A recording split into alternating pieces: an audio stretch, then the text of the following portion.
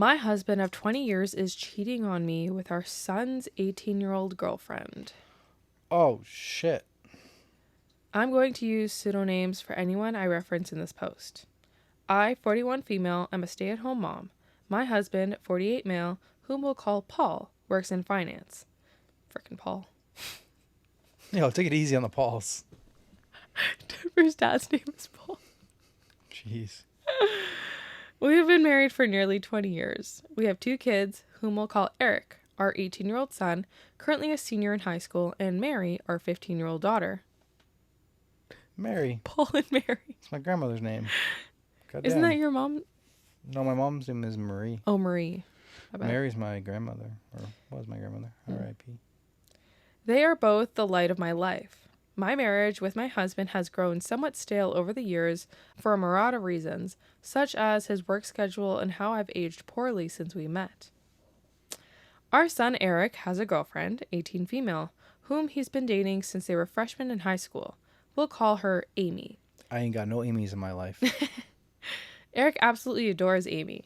She's his first love, and she's someone I've always considered as family. This makes the whole situation emotionally excruciating for me. Last week, I inadvertently saw my husband's phone screen and got a glimpse of a text thread between my husband and Amy, our son's girlfriend, and I read what looked like a message of her telling him that she misses sucking his cock. I froze in place, in complete disbelief. I spent most of the day convincing myself that I must have misread what I saw. However, I didn't misread it because over the last several days, I discovered a file on his computer filled with tons of BDSM porn. He clearly has a porn addiction. He also has saved photos of Amy from her Instagram on his computer. Although they weren't inappropriate, she was fully clothed, it was still the proof I needed to confirm that I wasn't going crazy. I also looked at his phone during opportune moments and saw more of their interactions. I wish I had never looked. They were filled with mean, horrible things said at my expense, with him constantly comparing me to her. He would call me fat and old, among other things, with Amy LOLing. I've always had hunches or paranoid feelings that Paul had been cheating on me, but never in a million years could I have fathomed something like this. Last month, I found a thong in our bedroom that I knew wasn't mine. I turned a blind eye to it, being naive and acting like it was maybe our daughter's, even though that made 0 sense. Not only is he cheating on me, but he's betraying our son. I'm completely devastated. I don't even think words can adequately describe the dread, anger, shock I feel right now. I'm totally overwhelmed on how to handle this because obviously actions need to be taken, but I'm terrified of what kind of psychic blow this will be for my son. I have no idea how to even broach this completely fucked up topic with him. I wouldn't wish this predicament on my worst enemy. I can't even believe I married this scumbag in the first place. And then my mind started to race, realizing that I started noticing specifically unusual behavior from him around the same time Amy turned 18. Was he waiting for her to turn 18 before pursuing this affair? There's so many layers to all of this, and I'm completely paralyzed with fear and dread about all of it. None of it makes any fucking sense. How did this happen? Am I that much of a stupid idiot that I let all this happen under my watch? Eric adores Amy, and the thought of revealing this sickening truth to him terrifies me. The impact on his young heart and mind could be devastating. My heart aches for Eric and Mary, who are completely innocent bystanders. I haven't confronted my husband about this because I'm frankly scared of the domino effect. I don't know who to turn to first about this. I share my story not for sympathy, but in search of understanding and perhaps advice from those who might have had to grapple with deep betrayal. Thank you for listening. Holy. What? What? What? What? What? Is this a movie? Am I in the Twilight Zone? How do you even handle that? What are you supposed to do? Who do you approach first? Literally, do you approach your son first? Let him know, give him a heads up? Warn him? Pre-warn him? Oh my God. Do you talk to Amy's parents? Do you confront your husband? Do you confront Amy? I feel like Amy would be last. I think Maybe the son first, then parents, Amy's parents, then your husband, and then Amy. I actually don't think confronting Amy is actually... Because she's 18. Don't even know if I'd want to confront the husband. Like, do you just, like, stack up all the evidence, sit your two kids down, tell them why you're leaving, present the evidence, and then send the divorce papers? With the husband present? No, without him. Oh, okay. You just never even talk to him again. You just walk out the door one day, and the next time he gets to talk to you is through a divorce lawyer after you've taken all of his shit. I feel like that's putting the kids in a bad position then. Like, they know, and the dad is probably going to be like, oh, like, what happened, or whatever. I don't know. Try to get answers. I don't know. Fuck him. That is sick. That's like that one story that we had, too, with the mom having an affair with the daughter's boyfriend. Remember? Oh, with shit. Chloe. Yeah. She got pregnant, too. Oh, yeah. That was crazy. Oh, yeah. She got pregnant. And by her daughter's boyfriend. And she thought it was her brother, her half-brother. Yeah. But it was really her boyfriend's... Well, it was her half-brother. Yeah, but to find out who was her boyfriend's son. Kid. That one was crazy. That one was crazy, yeah. This one's also crazy. Yeah. But that what she said there, Amy just turned 18. Yeah. This is so sick. This is fucked up. Yeah. Oh my god. Okay, keep going. There's some further information from OP. To not have my initial post be long-winded, because I didn't think I needed to get into the minutiae of this, I didn't bother going into these details. How I inadvertently saw it was this. He was on his phone. He did not have iMessage open currently on the screen, but the application was still open. You know how on the iPhone when you swipe up and it shows all the applications that are open and you can close them? When he was closing out of the applications, something he does compulsively, I noticed it. It's not like he was some kind of idiotic buffoon having iMessage open for all to see. I saw he forgot he had the application running when he swiped up from a completely different app. Also, I did say in my post that I went back on his phone to actually solidify my suspicion on a different day. So you are incorrect in asserting that I'm now magically changing my story. I am being consistent. Yeah, I mean... Right, you go for the evidence, you go to see the chat, and it's just all there. Not only is he a sick motherfucker, he's a dumbass. There's a comment that says, if she's freshly 18, isn't that illegal? There's no way they weren't doing anything illegal before she turned into an adult. Also, even so, the age gap is over 3 decades. Your husband is suspect as fuck. Police immediately. Jesus. Call the fucking police now. Right? Yeah. Yeah. God damn. OP replies to that comment and says, she's been 18 for 5 months now. I haven't been able to gauge when their affair started. I'm trying my hardest to figure that out. He deletes his texts every couple of weeks, it seems like, so I haven't been able to pinpoint when this whole thing started. Crazy. Damn. All right, there's an update that comes 5 days later. My brother connected me to a very tough junkyard dog type lawyer. I saved screenshots of all of his conversations with Amy. I was only able to get the last 3 months from iCloud. The conversations were mostly flirty and dirty talk. It was hard to stomach, completely sleazy, and I saw several negative things said about me. His call history showed he talks to her for hours pretty consistently. He uses dating apps. I took screenshots of his profiles and all of the active chats he has with his matches. It's very clear he uses a filter to seek out girls who are 18 to 22. Gross. I copied all of his files from the computer. He goes on sex chat rooms and forums, and he spends a ton of money on OnlyFans. I rummaged through every possible hiding spot I could think of in the house. He had various toys, blindfolds, cuffs, lubricants, etc. He also had different outfits, which looked kind of like a girl's Catholic school uniform and a French-maid type outfit too. I picked up Eric and Amy from school, and we all drove to my brother's. They were able to sense something was awry when I picked them up. I delicately told them the entire situation, and I broke down crying. Mary had the most anger, even more than Eric. I met with Amy's mother and told her everything. She confiscated Amy's phone and gave me the entire chat log. It only dated back 3 months ago, like on my husband's cloud. almost as if they both deleted the messages at the same time. She told me Amy sobbed when confronted. Amy basically told her mother that she will never understand and that she and him are in love. I don't want to get into too many details with what else she was saying, but suffice to say, it's very easy to assume that my husband slowly and methodically became a sage-like figure in her life, making her feel like she could rely on him, and he took advantage of the fact that she came from a broken home. Amy is also nonstop insistent that their friendship only became romantic/physical recently, and before that, she said he was more of a friend and mentor. I confronted Paul over Zoom. The look on his face was scary. He became red and looked so sweaty. He had anger and panic in his eyes.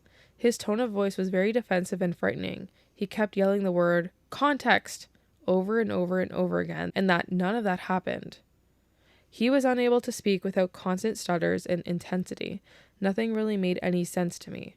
I refused to tell him where I was, and he said I had no right to take the kids away from him, and then he abruptly left the Zoom. My lawyer is filing for temporary sole custody of Mary and a restraining order. Mary is still the most angry. She's totally furious with her dad and Amy, justifiably so, of course. Mary is recollecting moments and times she watched her dad interact with her friends, and she's in knots about it. Eric is very clearly hurting, but he's so strong and very level-headed. He wants to see a therapist. The maturity my kids are showing makes me so proud. They don't deserve this at all. We made the authorities aware of everything. I plan on being completely unforgiving and ruthless in this divorce. I'm reflecting on how I've been treated and how it's made me a shell of myself and how I've had a very negative opinion of myself because of him over the last 20 years. I don't want to let this scumbag get away with it.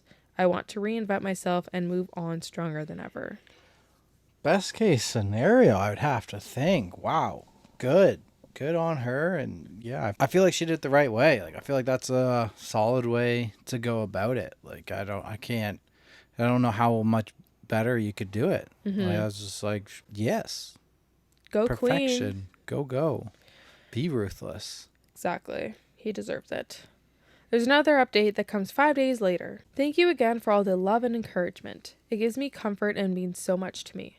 I receive many comments and messages accusing me of faking the story, which oddly also provides comfort because all of this feels unreal even to me. It validates my own feelings that there are people out there who can't even fathom this being true. I wish it were fake. I've been focusing on and worrying about how others are feeling over this, somewhat ignoring my own feelings, which I'm trying to change. I range from anger to numbness like a light switch. We're all safe and still at my brother's house. We're very careful and his house is secured. Paul has tried to call my cell phone several times a day. I'm refusing to interact with him, and I will have my lawyer handle all correspondence. He scares me, frankly. My brother has a very secure house with an alarm system and a deadbolt lock. We feel safe with him. Both my son and I got checked out and tested. It appears so far that we're both clean based on the immediate rapid test, but in the coming days, we'll know for certain when the lab results come in. I'm not overly concerned. Eric is scheduled to see a therapist early next week, which is very good and needed. He's not himself right now. He seems a bit shell-shocked, and I am concerned. He internalizes a lot, and it's hard to get a read on what's going on in his head. That being said, he's thoughtful and has been talking with me, asking me how I'm doing and everything. He's not interested in corresponding with his dad at all. He calls only my cell phone, and he hasn't tried to reach out to Eric or Mary. I get the sense that Paul is extremely nervous. He's scared, and I think he deep down knows that if investigated thoroughly, he would be in big trouble. That's what my gut is telling me.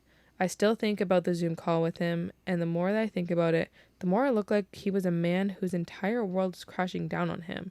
The panic in his face was very apparent. I offered Mary for me to make an appointment with a therapist as well, but she doesn't want to see one yet. She said she's open to it eventually, but wants time to herself. She's been asking her friends about her dad and if they experienced any creepiness from him. Her friends were open and honest with her, and apparently they felt like he stared a lot and sensed his hovering presence whenever they were over. One of Mary's friends went so far as to say that she felt like he was checking her out a lot, like looking at her rear and complimenting the color of her yoga pants. At the time, no issue was brought up about it, but in light of everything that's been happening, it seems strange now. He would sit himself in different areas or vantage points to get a good view of her, she claimed. He also asked questions about what kind of friend group or which clique they were in at school. He kept asking about if they were popular girls.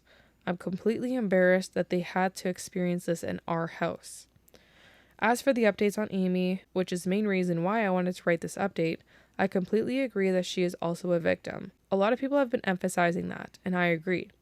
I've done everything I could in my own power to indirectly get her opportunities to get help. Like I said, I told her mother, and she's been updating me on everything. Amy, unfortunately, is still living in her deluded reality, and I can only pray that she'll eventually come to her senses. She doesn't want to see any doctors or therapists at all, and has been constantly trying to reach Paul because, again, she believes that they are in love. From what I've been told, she hasn't been able to get hold of him, and he's been avoiding communication with her completely. Amy blames me for that and believes I took away his devices and am very controlling.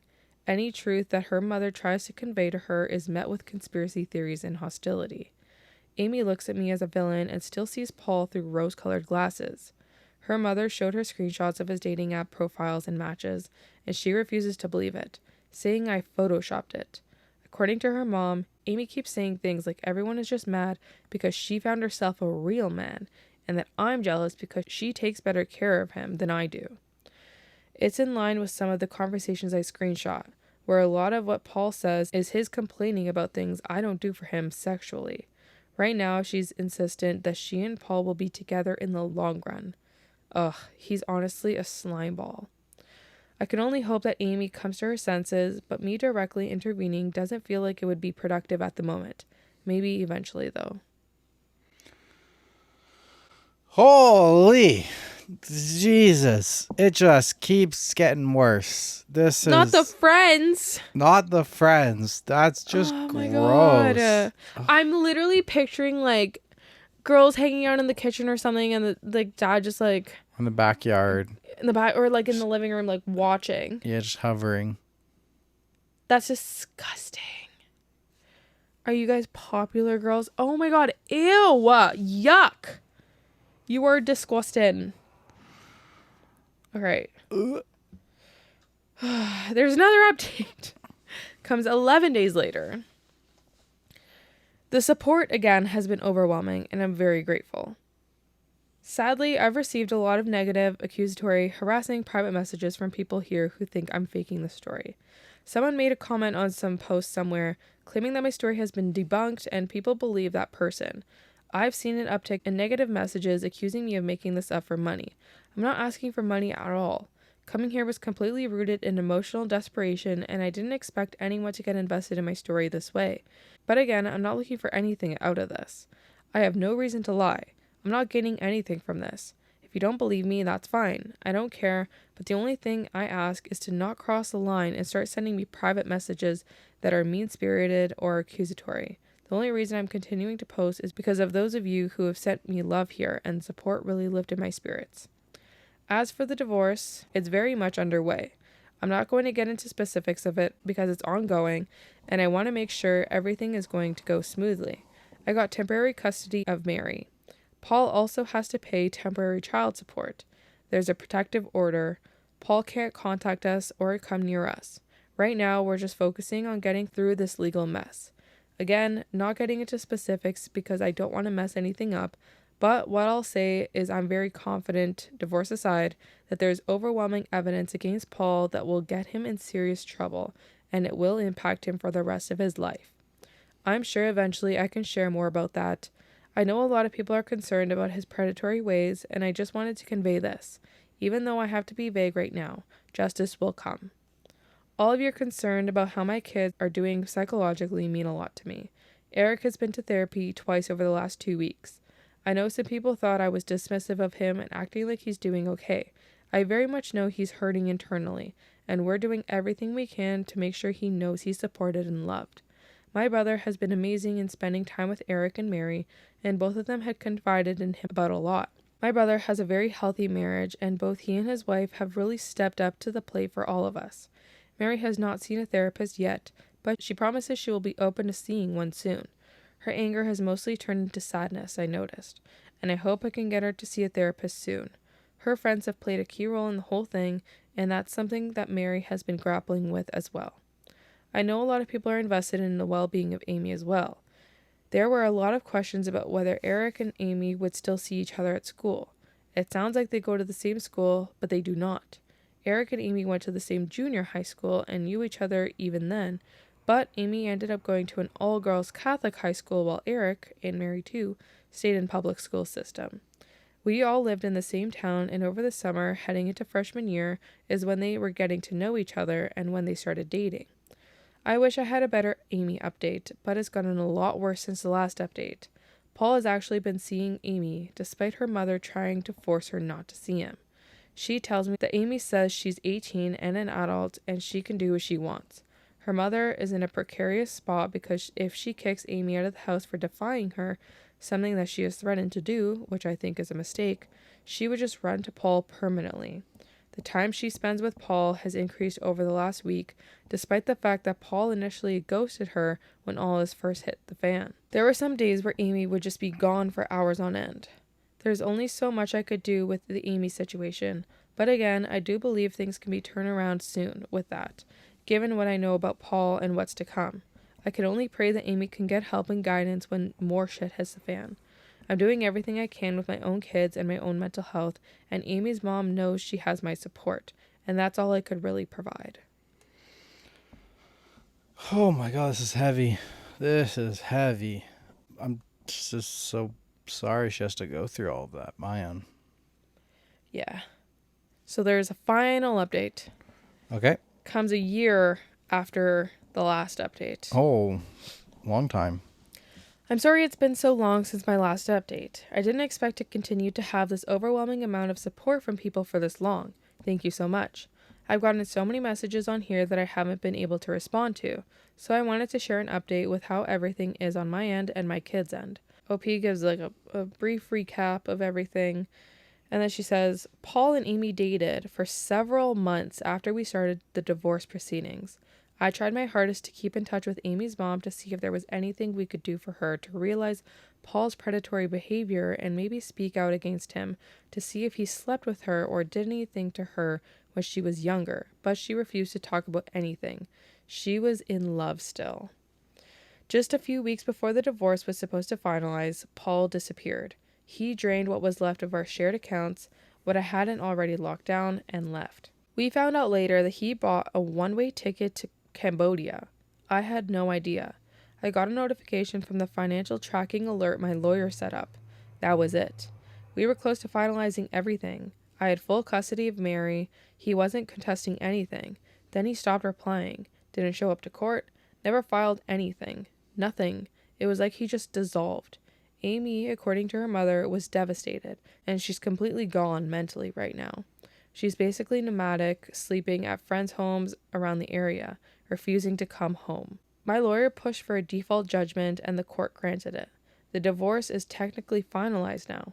I have custody. He's in violation of the support order, but none of it matters. He's gone. Cambodia has no extradition treaty, no child support enforcement, nothing. There's no way to make him come back. There's no way to make him pay anything.